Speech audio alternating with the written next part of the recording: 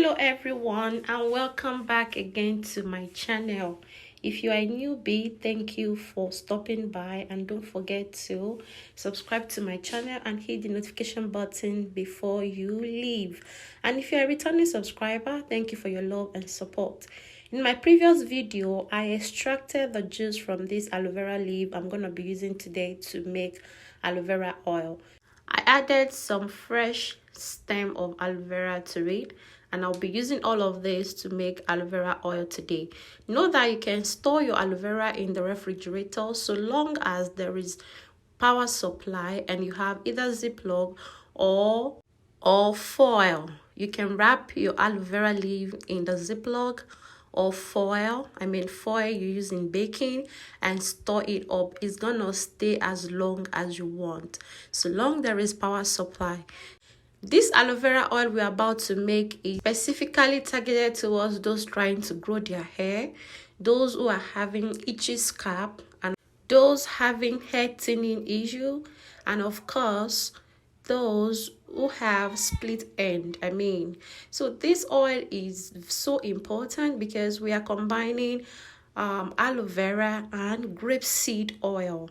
Like I showed in my previous video. If you have not watched my previous video on how to make clove oil with grapeseed oil to control badness, you can check the description of this video.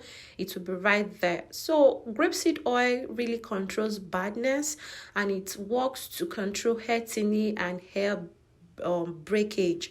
So if you really want to stop hair thinning, I advise that you continue to watch this video so you will know how to make your own oil to stop hair thinning, itchy scalp, and of course hair damage.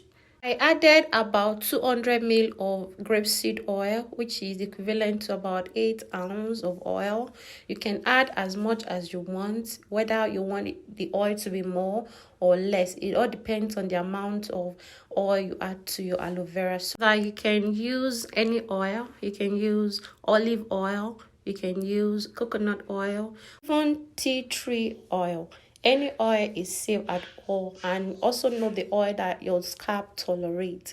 Alright, we are done blending the whole mixture, and I just poured the mixture into a saucepan. We're gonna be heating it up a little on the stove, and while I'm heating it, I'm stirring it so it doesn't get burnt on the fire.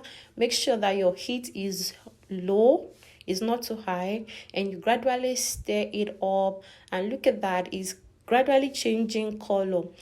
Today I'm going to be using a different method to extract this aloe vera. This method is so important because it completely enables us to keep our oil for a very long time. Unlike other oils that, if you don't have access to, let's say, refrigerator, or you have, fluctuating power supply, you should be able to keep your oil for a very long time. And this method also takes off some smell you might not really want to perceive from your oil. So we are done cooking the oil. I cooked the oil for about 21 minutes. Yeah, because I didn't want it to get burnt. I just cooked it so low, and it took me about 21 minutes to completely extract my oil. And I'm just done using a colander to sieve it. You can use any sieve you find. So I just sieved it, and that is the first stage. The first stage that is cooking the oil, cooking the aloe vera in the oil and extracting it. And this is the second stage. The second stage here enables us to, like I said earlier, to take off the smell from the oil. So what I did practically was to return the oil back into the saucepan, and I placed it on the stove, and I make sure that my heat is so low. It's so because there are some water particles in the aloe vera oil, that we completely want to take off. Is this water particles that, might make your oil, smell, or make your oil, not stay longer. So we want to make sure that all this water, is completely dried off under a low heat to enable our oil to stay for a very long time. All right, so the heat is so low here, and I'm just looking at it so that, checking if there is still water particle in the oil. You can see the oil is done and there is no water particle left in the oil. So the oil is pure now.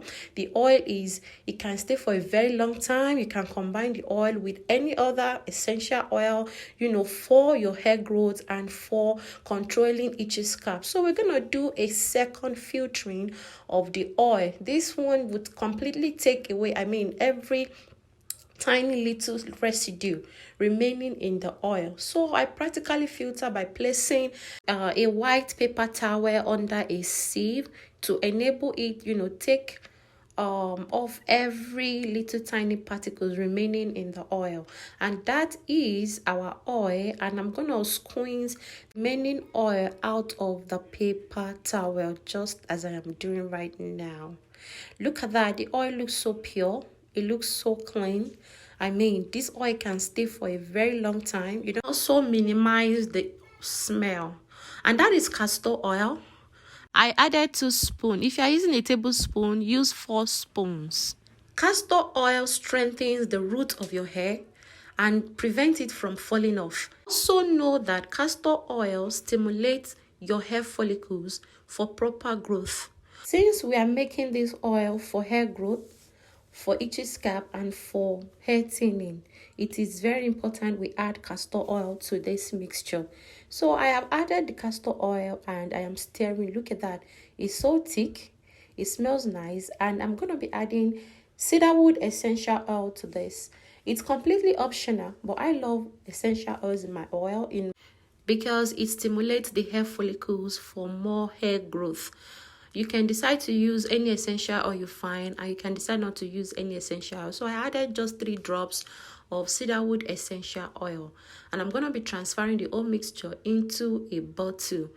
All right, our essential oil is ready. Look at that. It looks so pure, it looks so clean, and it doesn't have any smell at all. If you are making this oil for a child under 5, just 1 drop of essential oil is enough. At all, you want to be adding essential oil, but it's totally optional. It doesn't stop the efficiency of the oil. And thank you so much for watching, and don't forget to hit the notification button. And if you have not subscribed to my channel, don't forget to subscribe. Thank you so much. See you in the next video. Bye bye.